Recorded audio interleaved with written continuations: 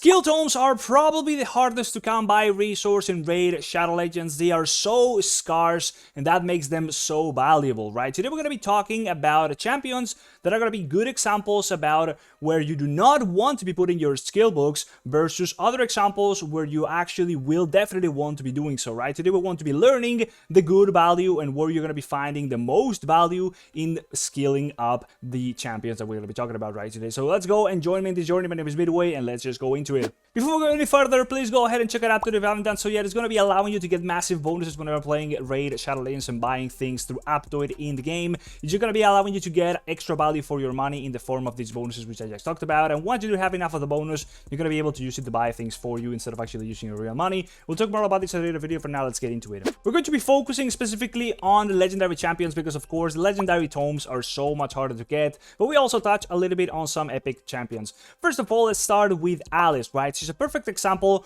of where you do not want to be putting your skill tomes, right? We all got Alice if we've been playing through the months of March and April. She was a free champion, and that's why it's going to be so easy if you're a new player to think, well, she's probably one of my first legendary champions. I'm going to be putting my legendary skill tomes into her, right? Totally wrong. Let's get into why, right? If you go and check out what you get out of skilling up this particular champion, you're going to be getting almost no value out of doing so on her A1, right? You're going to be scaling up the damage, and you might think, well, that is totally worth it. It really isn't, right? There's a lot better uses for the skill tomes, and we'll get into that, right? You would also be getting a little bit of an extra chance of the duration of the buffs, like this effect that this particular skill has, and it's going to be getting it to 100%, right? But it's already good enough at 80%, right? We're not really getting that much out of getting it to 100%, although we are making it deterministic because we can guarantee that it's always going to be happening, and that is something that we will be remarking a lot in this video in particular. Now, for the case of the A2, you do get a little bit of extra damage as well as also applying, having extra chance of doing the two effects that it's going to be doing, decreasing or rather increasing the cooldowns of the enemy skills. That's going to be perfect for arena, but not so much for PvP, right? You wouldn't really care about that at all if you're, I'd rather PvP, PvE, like dungeons and other avenues of the game. It's going to be a lot less useful, and also it's going to be doing this extra turn meter decrease, right? It's going to be guaranteed at 100% chance, which is great, but we don't really care too much about it. We are honestly getting that as like a second extra reward out of the skill. For Alice, we're mainly looking for the damage, right? And we're not getting that much good use out of this. We are going to be reducing the cooldown on her level 6 level on this one particular skill, which is great, but the key thing about Alice in particular is that the passive does exactly that. If you're able to kill an enemy, you're going to be getting a skill reset, right? The cooldown of that skill is going to be reset through her passive, meaning that all the extra value that we get out of the cooldown reduction is kind of thrown out of the window. Same thing is going to be happening with her A3. It's all sort of random and honestly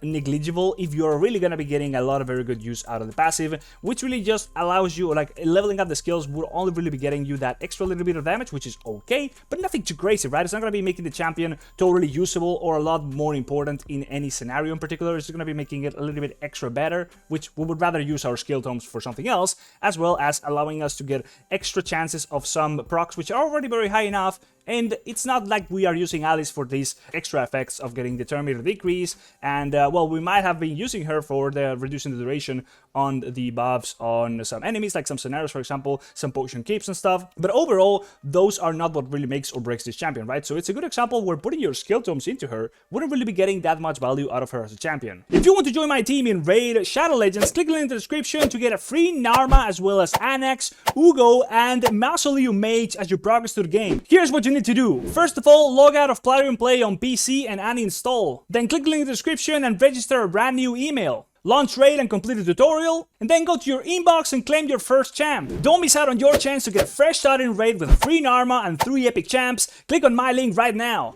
Now, in very high contrast, we now have Oella, who, as you're going to be seeing, we are going to be getting a whole lot more of her as a champion. We are using Oella because we want her to do a lot of healing first and foremost, as well as getting us that turn meter feel, that resistance buff, as well as a little bit of a decreased speed debuff application right there, right? So we're going to be seeing some big things about this champion that are going to be making her so much sweeter if we are going to be putting their skill tomes into her, right? So first of all, the heal is going to be increasing so much more, right? She's a very good healer, and putting some points into the heal is going to be doing just a little bit more of that. We really want her to pop out a lot of these heals and the cooldown decrease really here is so valuable. Now she also extends the duration of all active buffs by 1 turn whenever she uses this skill, meaning that she can combo with so many other champions, and specifically if she gets this lower on like a lower cooldown, 3-turn cooldown, it's going to be synergizing so well with other skills, like for example we have over here Morphosis on the A3, which is going to also be going down to what is like a 1-turn cooldown if I'm not mistaken. I'm not sure if this is already applying to the level we're seeing here. If it is, it's going to be a 3-turn cooldown, meaning that like we can have such a long duration of that increased resistance buff. It's going to be having such a long uptime, and it's the perfect scenario. We are getting so much value. It's not like extra 10% damage, right? It's okay extra 10% damage, but we're not really looking for that. We're really looking for things that enable the champion to work. We can also get a chance of applying the decreased speed debuff all the way up to 100% chance once we do level it up, right? If that is the case, we are going to be able to just back-to-back guarantee we're going to be getting this effect going on, meaning that she's going to be a lot more reliable as a champion, a lot more predictable, and a lot more useful. Now let's take a look at Seal of the Drakes, which is a champion you can get from the free login rewards, and pretty much everybody's going to be having eventually if you're going to be playing for long enough. And she's sort of like a jack of all trades. She's good in many scenarios in the game, but she's really not excelling in anything in particular, although you can see obviously she's very good for faction wars, and she has a very good kit for like the spider. But let's analyze what she actually does and what she gets from skilling up, right? So first and foremost, she has a decreased speed on her A1, which only has a 20% chance baseline, as well as a 30% chance of decreasing the turn meter. So she does a little bit of everything, but leveling up the skill is only going to be getting those chances all the way up to 40 and 50%. Not reliable. Obviously, it's going to be better. Skilling up things is always going to be an upgrade, but are we really getting too much, like, worth it? It's going to be worth the upgrade? Is it going to be worth our skill tomes? Then, if we look at the A2, which is mainly why we use her in a lot of scenarios, like the spider, the stun, AoE stun here, it's only going to be getting all the way up to a 25, actually 35% chance, right? It's already low enough at the beginning, but upgrading it's not really going to be doing it that great, right? We're still going to be getting a very RNG is going to be very randomly based off of whether or not we actually get those stuns going on, right? The idea is to hit as many enemies as possible, and therefore we're always going to be benefiting from the random chance, but still, we're going to be making it a little bit better, but just nothing crazy, really. It's still going to be very RNG based. We can get it down to 3 turns, that's very good, but it's only a little bit of an extra upgrade. It's not really changing the champion the way it works. It's not allowing us to do anything new with her. She's already good enough, and she's going to be a little bit better if we skill her up, but she doesn't really enable us to do anything crazy. And sort of the same thing goes for her A3. We get a revive, but if we do level up the revive, what do we get out of it? We go down to 4 turns, right? Revives are usually very situational, a lot better in PvP in particular, but they're really just meant to be for like chances where you screw up, like your team is dying.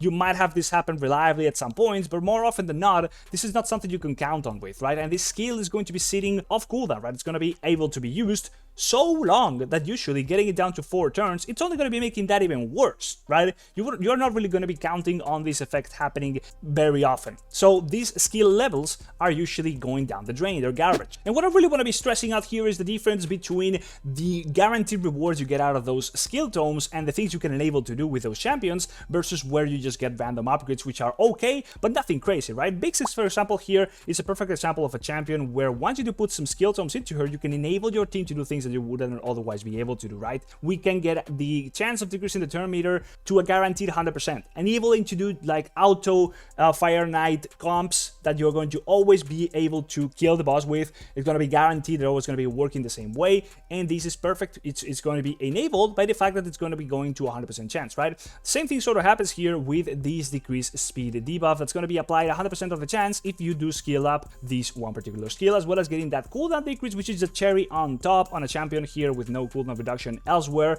And of course we got an AoE decreased speed. It's just nuts. And she also comes with a provoke, which in this case the more the better, right? You want to be getting this as often as possible if you want her to be doing the job of a defense champion, just as she is. So this skill up would be very high value, because you're only going to be requiring 1 skill tome and it's going to be getting the whole skill down to 3 turns, right? This is a perfect example where the value of the skill tomes is just so damn high. Another similar scenario over here with Morrigan again, you can get these A2 and A3 to 100% chance of doing their effects, stealing all buffs from the target enemy, only at a 75% chance baseline, can go all the way up to 100%, as well as placing that True Fear debuff, right? You can get those to be always going to be happening on PvP. This champion scales up so much from this, as well as getting that cooldown reduction. Same sort of thing happens on the A3. You can get the turn meter decrease onto the enemies to 100% chance, as well, this is always going to be happening, right? But you can also guarantee over here, of course, to get the turn meter decrease to be reliable. And reliability, again, stressing it out, is the key component of this whole thing.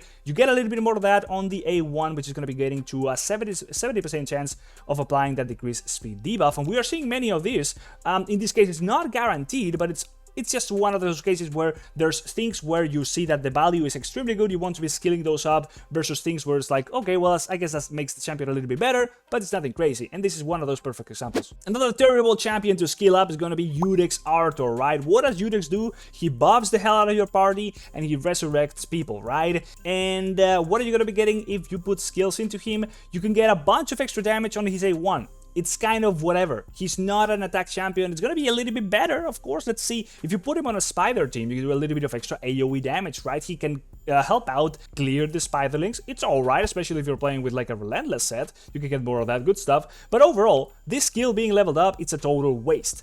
Now, the real deal here would be to, of course, tome up or skill up his A2. If you are able to get this to level 3 before anything else, I think you're good to go, right? That's the whole idea.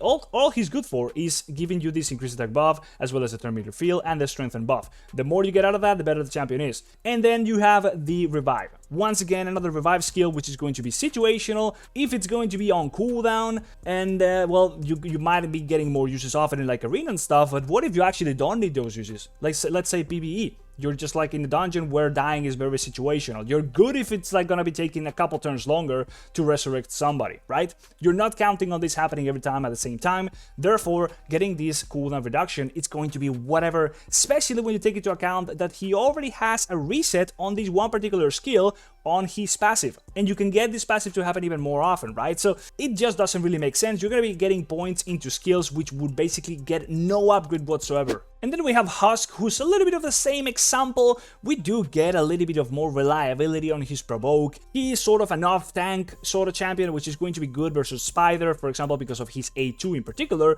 where if you would actually skill up this one particular skill, you would get the chance of placing stuns to a 60%, right? It's sort of like Silver Drake, although the chances here are a little bit better. It wouldn't still be guaranteed, right? But, you know, it's alright. He's all about these one stun, right? So if you do level him up and you get this all the way up there, it's going to be a lot more reliable, a lot better, but still, is it worth the risk? Now, you might get a lot of skill ups on the A3, and the A3 is totally useless, right? You're usually going to be disabling this one particular skill, because you only want him in there to be your tank, as well as to be your stunner, right? If you get into a Spider comp for like Spider 20, he is a Force Affinity champion who's going to be able to do the job of tanking for you with those provokes, as well as to do the stunning, of course. You don't really need the provokes on the Spider, of course. He's going to be attacking the boss anyways, but he's going to be just fine because he's going to be bringing a lot of control onto those ads, right? So if you put skills into him, it's going to be a big mix back, and you probably wouldn't take the risk if he is going to be a champion that's not really... It's going to be a little bit hard to skill up, but we're talking here about an epic champion, right? So at this point,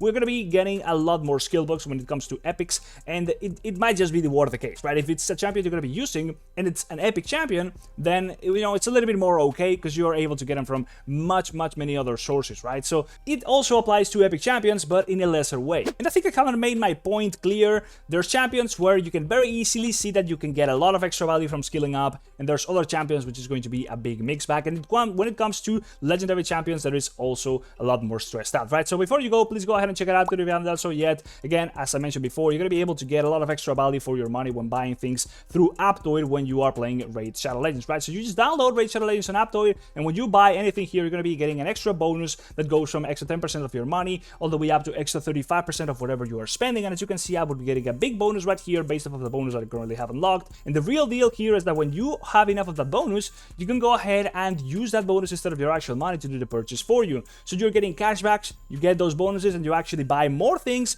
for the same amount of money you already spent, right? You can get this set up very easily. There's going to be a link down there in the description explaining how to set the whole thing up on your Android devices. It only works on BlueStacks, for example, on your PC or your Android phone. Doesn't work on iOS. And if you want to be getting even a bigger bonus, there's going to be a code somewhere here up in the screen as well as in the description. If you put that into the Aptoide wallet, you're going to be getting an extra 5% bonus from the get-go forever, right? So hopefully you enjoyed the video. Let me know if you've got any questions or anything you want to talk about down there in the comment section. Like, subscribe, and I'll see you in the next one. Bye-bye. See you.